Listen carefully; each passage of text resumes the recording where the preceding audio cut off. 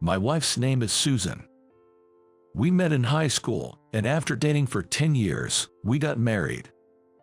Susan wasn't particularly the beauty queen type, but she had a cute smile and was a cheerful woman. Soon after we married, we were blessed with a daughter, whom we named Michelle. My wife was a devoted woman and had always supported me. At that time, my mother, who lived with us, was battling cancer, and Susan managed to take care of our child and my mom while working part-time. I wished she wouldn't overwork, but she continued to work to contribute to our finances.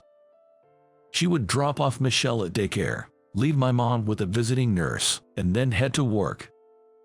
No matter how tired she was, she would always say it's better to eat healthy and would go grocery shopping to cook homemade meals.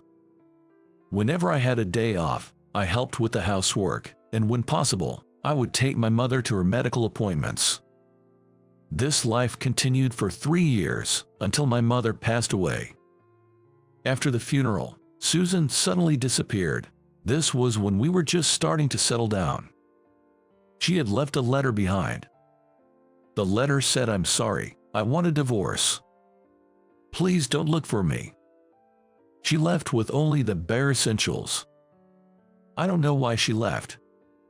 It was beyond my comprehension what had happened so suddenly. I called her cell phone immediately, but all I heard was a message saying the number was no longer in use. Could it be? Maybe she had run off with someone. That thought crossed my mind. But I couldn't believe that she would have an affair. The night before she disappeared, Susan said as usual, "I will always love you and Michelle." I was in total shock that she had suddenly vanished. If there was something so serious that she wanted a divorce, I would have wanted to talk it over. I couldn't believe that everything was going to end with just a letter. I was filled with a sense of frustration. I wondered if she was dissatisfied with something about me. I admit I took her devotion for granted.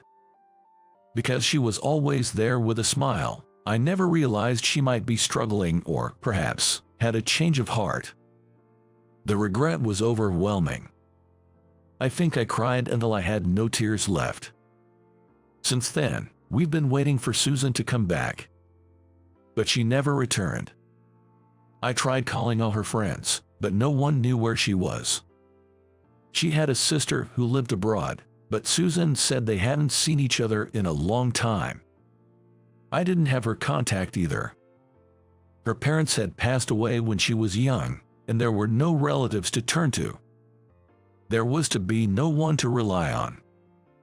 Where on earth did she go? Why did she leave? I found myself increasingly unable to understand what Susan was thinking. Still, because I wanted to believe in her, I never proceeded with the divorce. Since then, I've been raising Michelle on my own. She never became rebellious, and not to brag, but she turned out to be a great kid. Michelle is good at cooking, and she makes delicious scrambled eggs for breakfast. It tasted a little plain but somehow comforting, similar to the scrambled eggs my wife would make. As Michelle grew, she began to resemble Susan more and more. Her smile while covering her mouth with narrowed eyes, her wide-open mouth when she was surprised, and her casual gestures were all just like Susan in her school days. Seeing my daughter reminds me of her and made me feel like my heart was going to burst. Whenever I show a sad face, Michelle comes up to me with a big smile and says, "Cheer up, Dad. Come on, smile, smile." Her face was just like Susan's, and it really tugged my heart. For me, Michelle was the only reason to live. Without her, I probably couldn't have recovered from the shock. Michelle attended local schools for middle and high school, and instead of going to college, she entered the workforce. Being the kind soul she is, she might have given up on college thinking she didn't want to burden me. As a low-paid salaried worker who wasn't very good at his job, I never climbed the corporate ladder and am still a regular employee. It's pretty pathetic. Especially when my daughter is working so hard. Even after becoming a working adult, Michelle didn't live on her own. and stayed to live with me. I always told her, "You can live your life the way you want." However, she would laugh and say, "I am living the way I want to. Besides, Dad, you wouldn't be able to cook if I left, right? I can't just leave you and live by myself." It made me really happy that she chose to stay by my side. But one day, Michelle will meet a wonderful man and get married. Even though it's still in the future, it sometimes makes me feel sad. My daughter had turned 20 this year, and on her birthday, we received a letter.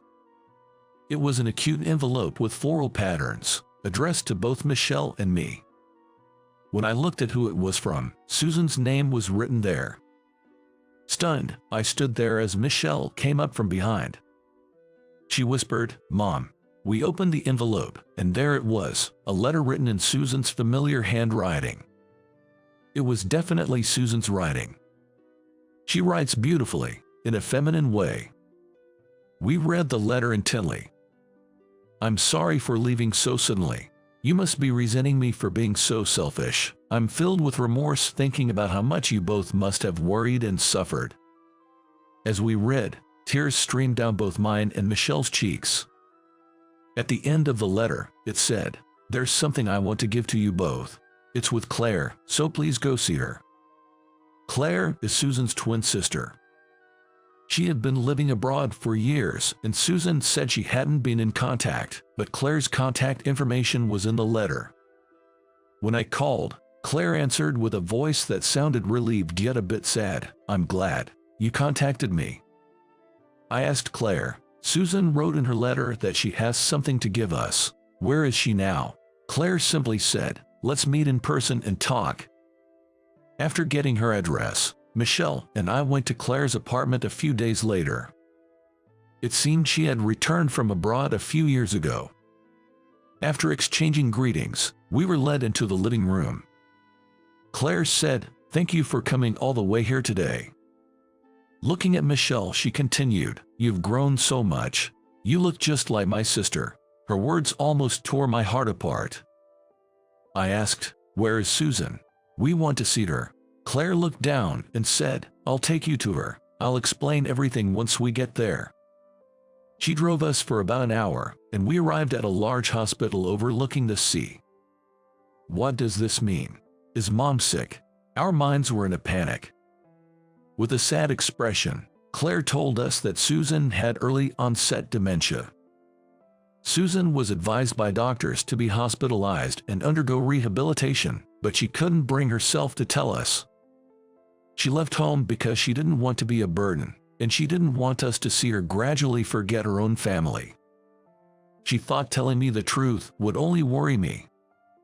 So, that's why Susan decided to leave us and was admitted to the hospital. Claire was the only one informed about it. Hearing that Susan's condition had progressed so much that she no longer recognized even Claire, I broke down crying on the spot. Michelle was crying too. It seems Susan, before forgetting her family, had asked Claire to deliver the letter on Michelle's 20th birthday. Claire took out a small jewelry box from her bag, presenting a necklace and a ring, said, "She wanted me to give these to you too." The necklace was a treasure Susan had always cherished. It was the first thing I bought for her on our first date when we were students. And the ring. It was our wedding ring. I couldn't afford anything fancy on my low salary, but Susan had cried big tears of joy, saying, "Thank you, thank you." Also, there's this. Claire handed us a letter.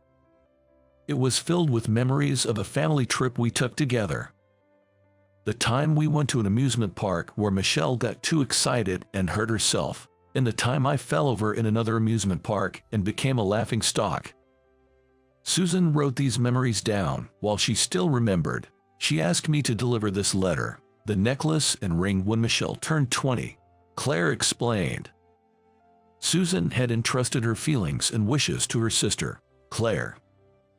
Claire, with tears in her eyes, said, "I really wanted to contact you sooner, but I couldn't break the promise I made with my sister.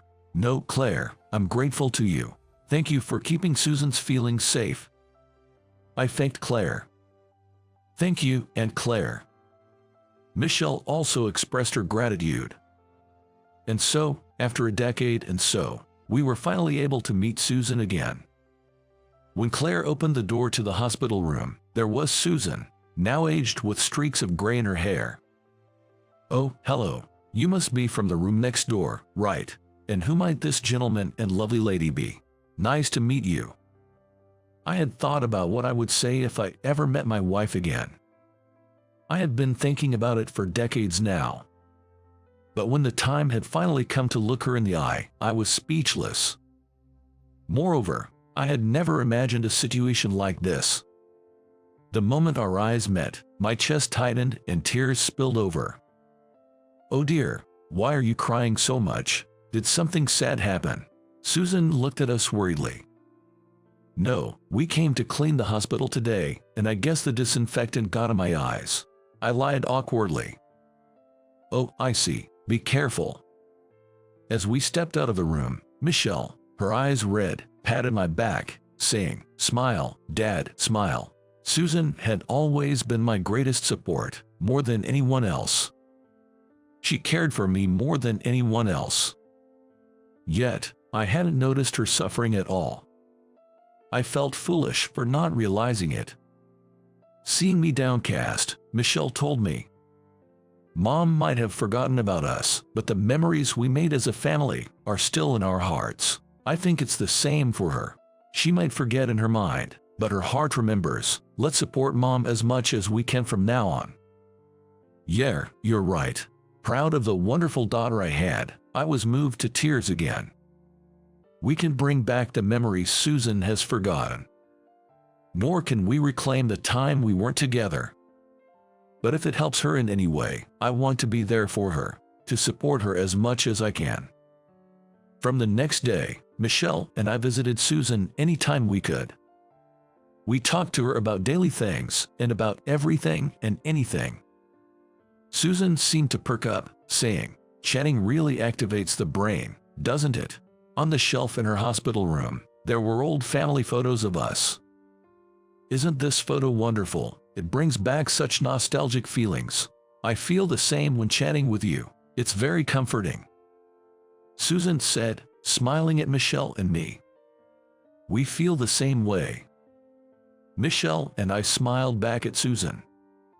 The three of us, laughing together as a family. Able to be with my wife and daughter. How long I had been waiting for such days. Even if she forgets, our bond as a precious family will never change. I want to support her, always and forever.